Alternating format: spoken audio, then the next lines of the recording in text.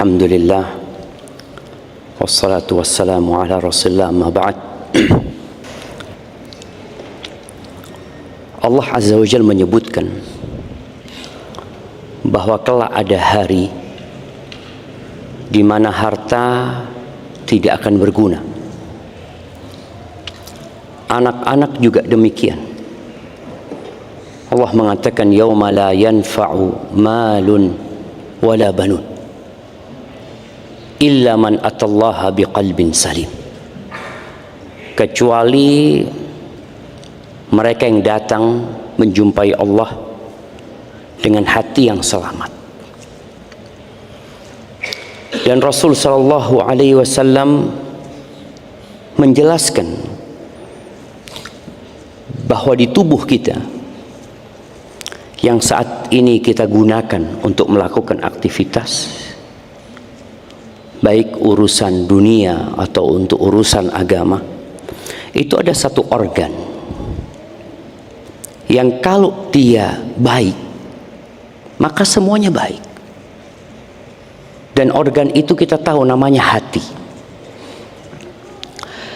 Disyariatkannya ibadah puasa, Allah Azza wa Jalla mengatakan ya ayyuhalladzina amanu kutiba alaikumus siyam kama kutiba alal ladzina min qablikum la'allakum tattaqun. Puasa ini disyariatkan agar kalian bertakwa. Di mana tempat takwa itu? Nabi alaihi salatu wasallam mengatakan at-taqwa hahuna. At-taqwa hahuna. At-taqwa hahuna. Di sini tempatnya takwa, di hati tadi. Dan ternyata hati manusia ini kadangkala kusut disebabkan ya banyaknya yang dia pikirkan. Di antara yang menyebabkan kusutnya hati adalah kelebihan makan, kelebihan minum. Sebagian kita itu hidup berwisata kuliner. Sepanjang 11 bulan itu kita makan pagi berbeda dengan yang kita makan di malam hari. Yang kita makan di siang hari berbeda dengan yang di malam hari. Besok seperti itu sepanjang tahun. Padahal Nabi SAW menyebutkan tidak ada wadah yang lebih buruk untuk dipenuhi daripada perut kita. Ternyata perut ini tempatnya penyakit yang dampaknya ke hati. Ketika perut dipenuhi, maka Nabi SAW memberikan arahan kepada kita, bihasab ibni Adam luqaymat yuqimna biha sulbah. Cukup manusia itu kalau mau makan beberapa suap makanan yang membuat punggungnya tegak. Karena tujuan kita diciptakan bukan untuk makan, tapi makan itu sarana untuk melanjutkan kehidupan. Cukuplah engkau makan yang membuat punggungmu jadi tegak. Kita bisa sholat nyaman, kita bisa bekerja dengan baik, kita bisa duduk tanpa bersandar umpamanya. Cukup. Tapi kadang-kala manusia ingin lebih. Maka Nabi kasih arahan alaihi salatu wassalam, fa in kana fala budda la mahala. Kalau ternyata dia harus makan lebih dari beberapa suap tadi, karena makanannya enak atau karena dia memang suka makan, maka Nabi SAW mengatakan fa thuluthun li ta'amihi wa thuluthun li syarabihi wa thuluthun li nafasihi. Maka sepertiga buat makanan, sepertiga buat minuman, sepertiga buat nafas. Dan subhanallah, Allah syariatkan buat kita dalam setahun itu Ramadan. Kita dipaksa untuk mengurangi kelebihan makanan. Bahkan kita ngurangin makan. Apa tujuannya? Yang menjaga hati sebenarnya. Supaya pikiran kita nggak kemana-mana. Kita tidur udah sahur, selesai. Kita nggak akan mikir sarapan. Kita nggak akan mikir kalau di luar Ramadan, kita akan berpikir nanti jam 9 kita mau minum kopi, kita nanti mau makan gorengan. Nggak ada pikiran itu. Hati kita benar-benar fokus menuju kepada Allah. Siang hari yang biasanya kita makan siang, kita nggak makan lagi, dikurangin makan itu. Nanti habis asar, sebagian kita mungkin biasa pulang dari tempat kerja, disuguhkan teh manis bersama beberapa potong cake, mungkin itu nggak ada lagi. Kita benar-benar dipaksa untuk ngurangi makanan dalam rangka jaga hati. Maka tolong ketika berbuka yang biasa-biasa aja. Nabi SAW berbuka beberapa butir kurma dan menyuruh berbuka beberapa butir kurma.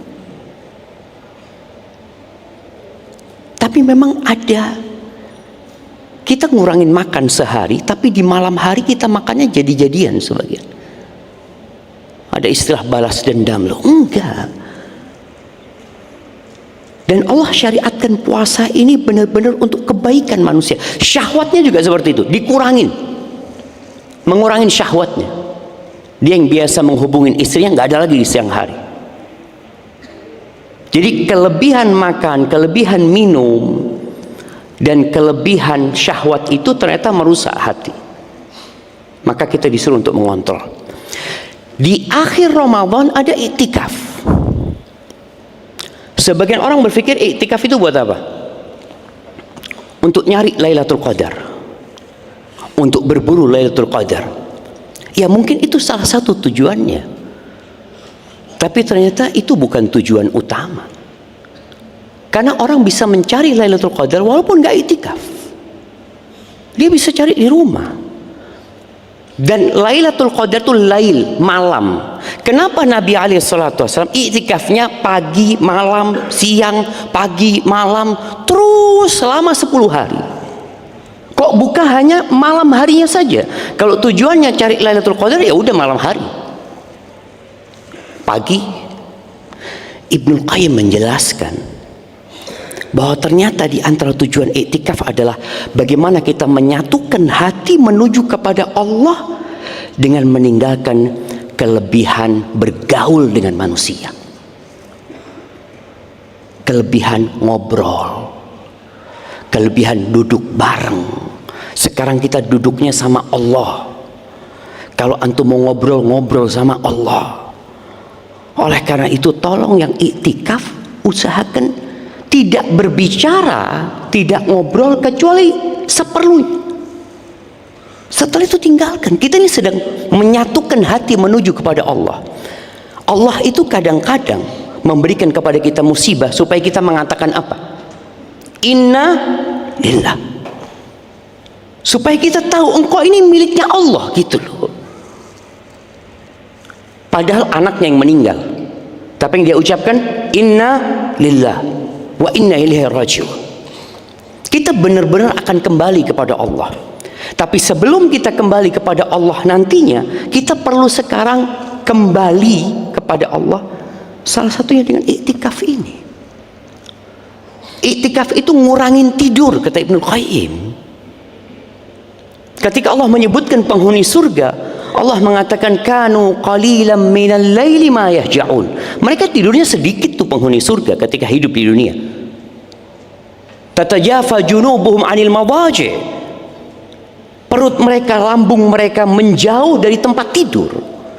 Sebagian kita iktikafnya itu pindah tidur. Oh, enggak, anak malam enggak tidur, siang tidur Ustaz. Iyalah Ustaz, karena malam enggak tidur. Bangun kapan? Ya sebelum zuhur. Nanti habis zuhur tidur lagi Ustaz. Sampai asar. Ya jamaah, kurangin tidurnya. Al-Imam Syafi'i ketika menyebutkan orang yang iktikaf, yang di malam harinya berharap Lailatul Qadar, beliau menganjurkan di pagi harinya dia juga semangat beribadah, karena tujuannya bukan hanya Lailatul Qadar, tapi bagaimana menyatukan hati untuk Allah. Aku pokoknya sedang ingin fokus sama Allah. Cukuplah aku sibuk ngobrol sama orang-orang selama 350 hari. Bayangkan Nabi SAW ketika masuk 10 hari terakhir, beliau tinggalkan istrinya. Ditinggalkan istrinya, padahal halal. Yang nggak boleh mendekati istri itu, menggauli istri di siang hari di bulan Ramadan. Tapi ketika masuk 10 hari terakhir, beliau meninggalkan istri-istrinya. Mungkin seorang berpikir, Ustaz, ana masih punya istri, ana akan peduli sama istri ana. Bukankah berbuat baik kepada istri termasuk ibadah, Ustaz? Iya. Tapi engkau perlu sesekali meninggalkan semua urusan dunia itu untuk menyatukan hati kepada Allah Azza wa Jalla. Kita pernah dengar cerita Hanzalah. Ketika Hanzalah mengatakan nafaqa Hanzalah, munafik Hanzalah katanya. Ketemu sama Abu Bakar, "Lu kenapa kau ngomong kayak gitu?" kata dia. "Iya, kita nih kalau sedang bersama Nabi SAW, Nabi menceritakan tentang surga, tentang neraka. Ya Allah, semangat kita beribadah. Seakan-akan di depan kita tuh surga dan neraka. Tapi kalau kita sudah berkumpul sama keluarga, ngurusin urusan kerjaan, kita jadi lupa." Betul, kata Abu Bakar, sama kayak anak. Ternyata itu hal yang wajar.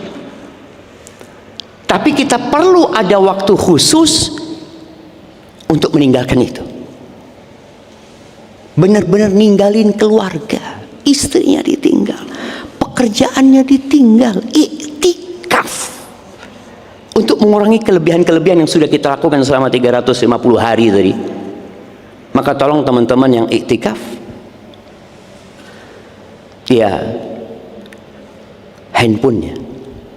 Mungkin sebagian kita nggak ngobrol, nggak, alhamdulillah anak fokus tempat anak di situ.